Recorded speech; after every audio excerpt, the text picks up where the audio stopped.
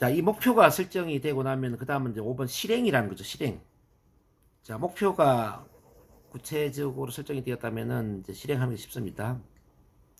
즉 다시 말하면 행동하는 게 쉽다 말이죠. 행동.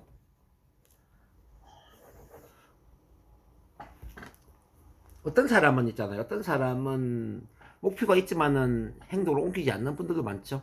아, 나는 강의를 잘하고 싶은데, 심리 상담을 잘하고 싶은데 이런 생각을 하지만 NLP 훈련도 하지 않고 뭐 심리학 공부도 하지 않는 사람들이 많이 있죠. 아, 나는 부자가 되고 싶은데, 돈을 많이 벌고 싶은데, 근데 돈을 버는 것과 관련된 그런 행동을 안 하는 사람들이 많이 있단 말이에요. 왜 그럴까요? 이 행동을 하는 사람과 하지 않는 사람 차이는 뭐냐면은 결국은 고통과 즐거움의 신경회로의 문제가 있기 때문입니다. 지금 행동하지 않으면 안 되는 끔찍한 고통을 느끼게 되고요. 그리고 어마어마한 즐거움을 느끼게 되거든요. 많은 여성분들이 다이어트에 대한 관심을 갖고 있으세요. 아, 나는 살을 빼야 되는데, 날씬해져야 되는데. 근데 여전히 뭐 탄수화물 중독에 빠져 있거나 운동을 하지 않거나 어제 잘못된 습관에 그대로 빠져 있는 경우들이 굉장히 많이 있으세요. 왜 그렇죠? 아직은 살찐 이 상태가 참을만 하다. 아직은 그다지 고통스럽지 않다. 뭐 이거죠. 그리고 날씬한 그 몸매에 대해서 아직은 뭐 그다지 내가 뭐 그렇게 즐겁지 않다. 살찐 것도 그저 참을만 하고 날씬한 것도 그저 그런 즐거움이야. 그러면은 다이어트와 관련된 행동을 안 할 거예요. 그렇지 않나요, 오경수 이사님? 근데 있잖아요. 아, 내가 지금 살찐 이 상태로는 지금 뭐 옷이 입을 수 있는 옷도 하나도 없고 옷장에 있는 모든 옷을 다 버려야 되고 옷을 사기 위해서 내가 백화점에 가도 내 치수가 너무 몸 살이 너무 쪄가지고 치수가 맞는 게 하나도 없고 어떤 옷을 입어도 자, 거울에 비춰보면은 예쁜 옷이 하나도 없고 그러면은 마음에 어떤 느낌이 들죠? 야, 이건 아니다. 너무 창피하고 수치스럽고 내가 괴물 같고 뭐 그런 느낌 들지 않아요? 즉 어마어마한 고통을 느낄 거다 이 말이에요. 그리고 옛날에 또 내가 날씬한 시절에 입었던 이제 그 옷을 보거나 그때 사진을 보거나 뭐 이런 걸 보면 야 내가 저 시절엔 저렇게 날씬했는데 너무 예뻤는데 내가 저 몸매를 가지면 얼마나 좋을까 아마 그런 어떤 즐거움 기쁨을 느끼게 될 거예요. 그쵸? 이 고통과 즐거움이 경험했어요. 지렛대를 만들어야 된다 막 이렇게 그러면 우리는 행동할 수 있는 힘이 만들어지죠. 그래서 이제 고통 즐거움의 신경회로를 이렇게 잘 만들어야 됩니다. 근데 참 다행스러운 건 뭐냐면요. 우리는 똑같은 현실을 지옥으로 만들 수도 있고 천국으로 만들 수도 있으세요. 똑같은 현실을 지옥으로 만들 수도 있고 천국으로 만들 수도 있다. 이게 무슨 말이냐면은 우리는 상상력이라는 게 있잖아요. 상상력을 통해서 상상력을 통해서 똑같은 현실을 지옥으로 만들 수도 있고 천국으로 만들 수도 있어요. 자, 이를테면 이제 다이어트에 대한 이야기 다시 한번 해보자고요. 아, 지금 계속 내가 빵을 먹고 떡볶이를 먹고 피자를 먹고 이렇게 탄수화물에 빠져 있으면은 살이 더 찌게 될 것이고 뱃살은 더 많이 나오게 될 것이고 대사증후군에 이른바 간 기능도 저하될 것이고 혈액순환도 안 될 것이고 자 심장병도 생길 것이고 그러다 보면 궁극적으로 뇌졸중에 걸려가지고 내가 말을 못하고 신체 마비 증상까지 온다면 모든 정상적인 사회생활이 마비가 되고 돈을 벌지 못하는 상태에 병원에 누워 있다면 그 병원비로 내 가족이나 친척들한테 엄청난 피해를 줄 수도 있을 거야. 이거는 사는 게 아니야.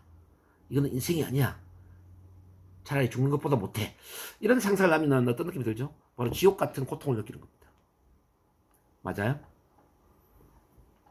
자, 반대로, 내가 살을 빼가지고 몸무게가 지금보다 10kg 더 빠진 48kg에 아주 날씬한 몸매에 자, 옷을 입는다면은 모든 옷이 다 예쁘게 자, 보이고 그리고 길거리를 걸어간다면 모든 사람이 내가 너무너무 예쁘니까 막 사람들이 나를 다 쳐다보고 자, 주변 사람들이, 야, 너 왜 이렇게, 어떻게 이렇게 예뻐졌어? 항상 칭찬하고, 예쁘다고. 심지어는 텔레비전에서 미인대회에 나갔는데 내가 미인대 1등을 했어. 대상을 수상하고. 그러니까 예쁜 것만 중요한 게 아니라 몸이 너무너무 건강해져서 나이는 60대인데 30대, 40대처럼 보이고 이 30대, 40대 젊음 유지하고 말이죠. 이런 이제 상상을 하는 거지. 그러면 이건 뭐야? 다이어트 한 게 천국 같은 기쁨이 되지 않나요? 우리 두뇌는 이 지옥, 천국 두 가지를 왔다 갔다 할 수 있다 이 말이지. 그래서 행동하지 않는 것이 지옥 같은 고통이고 행동하는 것이 천국 같은 기쁨이나 즐거움이라면 우리는 행동을 하지 않을 수가 없어요. 이걸 잘 활용해야 돼요. NLP는 바로 이 두 가지를 잘 활용하는 기법이라고 보시면 됩니다. 뭐 다음에 배우게 될 뭐 힙 기법이라든지 또는 어떤 하위 양식 기법이라든지 뭐 이렇게 감각을 어떤 고통 즐거움의 감각으로 변화시키는 게 참 많이 있습니다. 자, 여기까지 이해되셨으면 손 한번 흔들어 주시고요. 자, 좋습니다. 근데 이렇게 행동하다 보면 바로 어디로 가느냐 하면은 그 3번입니다. 감각적 민감성. 행동을 하다 보면 제대로 되는 것도 있고 제대로 안 되는 게 있잖아요. 제대로 되는 것도 있고 제대로 안 되는 게 있어. 제대로 안 되는데 제대로 안 되는 방식대로 계속 행동해버리면 어떻게 될까요? 제대로 안 되는 방식으로 계속 행동하면은 제대로 안 되는 결과가 계속 따라올 겁니다. 계속 실패를 할 거다 이 말이에요. 근데 제대로 안 될 때 제대로 되는 게 무엇이지 질문하면서 제대로 되는 방식대로 행동을 한다면은 제대로 된 결과가 뭐겠죠? 그래서 지난번에 우리 전제 조건에서 이거 배웠어요. 실패는 없다. 단지 피드백이 있을 뿐이다. 실패는 없다. 단지 피드백이 있을 뿐이다. 기억나시나요? 실패라는 것은 제대로 되지 않는 행동의 결과물이다 이 말이죠. 그래서 이건 제대로 되지 않는 거니까 다시 제대로 된 방식으로 행동을 해야 된다라는 신호를 보내는 겁니다. 그래서 이 민감성이라는 건 뭐냐면 바로 피드백을 받을 수 있는 예민한 감각, 피드백을 받을 수 있는 예민한 감각을 바로 민감성이라고 그래요. 이른바 눈치가 있어야 된다는 거지. 우리 대인관계도 눈치가 있어야 되지만은 인생을 사는데도 눈치가 있어야 돼요. 눈치가 있다는 이야기는 신호를 포착할 수 있는 예민한 감각을 가져야 된다는 거죠. 자, 인생 사는 것도 같은 맥락입니다. 내가 인생을 제대로 살고 있나? 제대로 되는 방향으로 하고 있나? 혹시 잘못된 방향으로 가고 있는 건 아니야? 이걸 우리가 감지를 해야 된단 말이에요. 마치 우리 운전을 하잖아요. 운전하면 우리는 뭘 봅니까? 내비게이션을 보잖아요. 그렇죠? 근데 잘못된 길로 들었으면 내비게이션이 뭘 피드백 해주죠? 다시 제대로 된 코스로 안내를 한다 이 말이죠. 맞아요?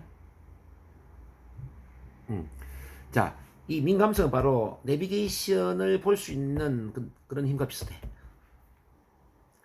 자, 비행기가 있잖아요. 비행기가 김포공항에서 이륙을 해가지고 부산의 김해 공항까지 비행을 하는데 비행 항로에서 비행하는 확률이 13%밖에 안 된다는 거예요. 87%는 비행 항로를 이탈한다는 거죠.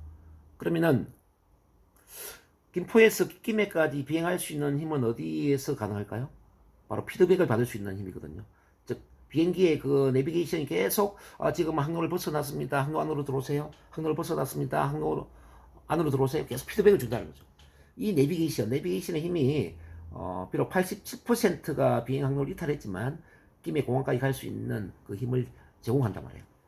우리 인생도 마찬가지입니다. 우리 인생도 계속 인생 항로에서 이탈을 할 수가 있어. 목표와는 다르게 계속 이탈된 행동을 할 수도 있다는 것입니다. 그렇지만 이제 우리가 목표를 계속 점검하다 보면은 우리가 피드백을 받을 수가 있죠. 지금 이탈되어 있구나. 다시 들어와야 되겠네. 지금 제대로 된 행동이 아니네. 다시 제대로 된 행동을 바꿔야 되겠네. 이렇게 계속 우리가 피드백을 받는 거예요. 자, 요거 이해되시죠? 강의하는 것도 같은 맥락입니다. 내일 강의를 하시겠지만 가장 중요한 것은 자기 자신한테 하는 피드백이거든요. 내가 강의를 이렇게 하려고 했는데 내가 원하는 대로 강의가 안 되네. 다음엔 이렇게 해야 되겠구나. 왜 나는 이렇게 계획했는데 계획한 대로 강의가 안 됐지? 이 부분이 잘못되었어. 이 부분 내가 다시 다음에 수정해야 되겠어. 계속 자기 강의를 이제 피드백을 할 수 있는 그 힘이 필요하다는 거예요. 저도 물론 이제 피드백을 해드리겠지만 두 분 이사님께서 내일 한번 하시면서 자기 피드백을 할 수 있는 그런 노력을 이제 하셔야 됩니다. 아셨죠? 강의도 그렇고 뭐 인간관계 커뮤니케이션 다 마찬가지입니다. 커뮤니케이션도 어떤 사람과 대화를 하는데 대화가 잘 안 돼. 계속 거절 저항이 일어난다면은 우리가 피드백을 받아야 돼요. 내가 지금 제대로 된 방식으로 대화하는 게 아니구나. 자, 제대로 된 방식으로 대화하기 위해서 내가 이 사람한테 이런 부분을 맞춰야 되겠네. 자, 이런 식으로 대화하는 방식을 바꿔야 되겠네. 이런 거 우리가 이제 알아야지. 뭐 다 그렇습니다. 뭐 인생에 모든 게 다 그래요. 다 이렇게 민감성을 가지고 피드백을 받지 못한다면 우리는 제대로 된 인생을 살 수가 없죠. 자, 4번을 넘어가 보죠. 이제 행동적 융통성. 자, 이거는 어떤 거냐면 다른 행동이 다른 결과를 만든다 이런 이야기인데요. 다른 행동이 다른 결과를 만든다. 똑같은 행동은 똑같은 결과를 만들 수밖에 없죠. 그래서 우리가 이제 목표를 이루는 행동도 이 융통성 있는 행동이 필요한데요. 즉 접근 방식을 달리하면서 목표를 이룰 때까지 융통성 있게 행동을 해야 된다는 거예요. 자, 대화를 하는 것도 마찬가지예요. 자, 사람마다 똑같은 방식으로 대화를 하는 게 아니라 그 사람한테 맞는 방식으로 융통성 있는 대화를 해야 된다는 거예요. 아이는 아이한테 맞는 방식으로, 어르신은 어르신에게 맞는 방식으로, 남자는 남자한테 맞는 방식, 여자는 여자한테 맞는 방식. 또 직업군에 따라서 대화하는 방식도 달라져야 돼요. 뭐 친구를 만났을 때, 뭐 영업을 할 때, 뭐 공적인 대화를 할 때, 사적인 대화를 할 때 다 이 대화하는 방식이 틀려야 된다는 거죠. 사적인 대화를 하는데 너무 공적으로 이야기한다든지, 공적인 대화를 하는데 너무 사적으로 이야기한다든지 이것도 문제가 되겠죠. 그래서 대화하는 것도 이제 융통성이 있어야 되고, 강의하는 것도 마찬가지예요. 강의도 보면 뭐 상담형 강의를 할 수도 있어야 되고, 코칭형 강의를 할 수도 있어야 되고, 뭐 또는 레크레이션 유머형 강의도 할 수 있어야 되고, 연설형 강의도 필요하고요. 어떤 교수형 강의도 필요하고, 어떤 강의 성격에 맞게 강의하는 방식도 많이 달라져야 되겠죠. 지금은 제가 계속 이제 뭔가 코칭하거나 뭐 가르치려고 제가 하잖아요. 코칭, 티칭 쪽에 제가 강의를 지금 하고 있기 때문에 많은 사람들 앞에 하는 거하고 좀 다르게 지금 진행을 하고 있어요. 그래서 이제 어떤 1대1 강의, 1대1 코칭, 뭐 한 10명 또는 100명, 1000명, 이게 다 틀리죠. 강의도 그렇고 뭐 치료 상담도 같은 원리입니다. 치료를 할 때 똑같은 방식으로 치료를 하면 치료가 될 수가 없겠죠. 그래서 밀턴 에릭슨은 한 사람마다 그 개인에 맞는 치료 방식을 새로 만들어야 된다 이런 이야기를 합니다. 그만큼 융통성 있는 치료와 융통성 있는 상담이 중요하다는 거죠. 그래서 어쨌든 행동적 융통성은 그렇게 중요하고요. 자, 마지막으로 이제 6번이 있네. 탁월성의 생리. 자, 이 모든 과정에 있어서 우리는 탁월한 마음 상태로, 탁월한 감정 상태로 우리가 자, 행동도 하고 뭐 어떤 민감성 있게 또는 뭐 융통성 있게 이 모든 게 다 가능해야 된다는 거죠. 탁월성의 생리는 어디서 노는 거예요? 자, 탁월성의 마음 상태, 탁월성의 감정 상태를 어디서 논다고 그랬죠? 이거 우리 NLP 의사소통 모형에서 제가 공부했죠. NLP 의사소통 모형에서 이 탁월한 마음 상태, 탁월한 감정 상태는 세 가지에서 논다고 제가 말씀드렸어요. 첫 번째는 신체의 작동, 두 번째는 두뇌의 작동, 세 번째는 언어의 작동, 그러니까 신체, 두뇌, 언어 이 세 가지에 놓는데, 신체는 뭐 호흡이라든지 자세라든지 뭐 몸 동작이라든지 자, 목소리 또는 웃음 이런 이제 신체의 변화들이 바로 탁월한 마음 상태와 연결되어 있다는 이야기죠. 자, 두뇌는 뭐냐면은 무엇을 어떻게 상상할 것인가. 두뇌는 무엇을 어떻게 상상할 것인가. 즉 오감을 하기 위해서 무엇을 어떻게 상상할 것인가. 또 사건 경험 상황을 어떻게 해석할 것인가. 어떤 관점의 문제. 자, 세 번째 언어는 어떤 언어를 사용할 것인가. 긍정의 언어를 사용하느냐, 부정의 언어를 사용하느냐.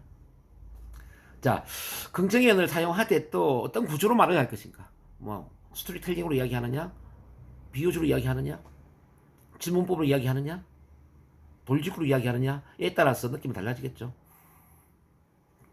그래서 이제 이렇게 두뇌, 신체, 언어 이 세 가지가 우리 탁월한 마음 상태와 다 연결되어 있다. 이 말씀을 드립니다. 자, 이렇게 이야기하다 보니까 성공 1대 원리가 쭉 정리가 된 것 같아요. 일단 제 이야기는 여기까지 하고 자 정리하도록 하겠습니다.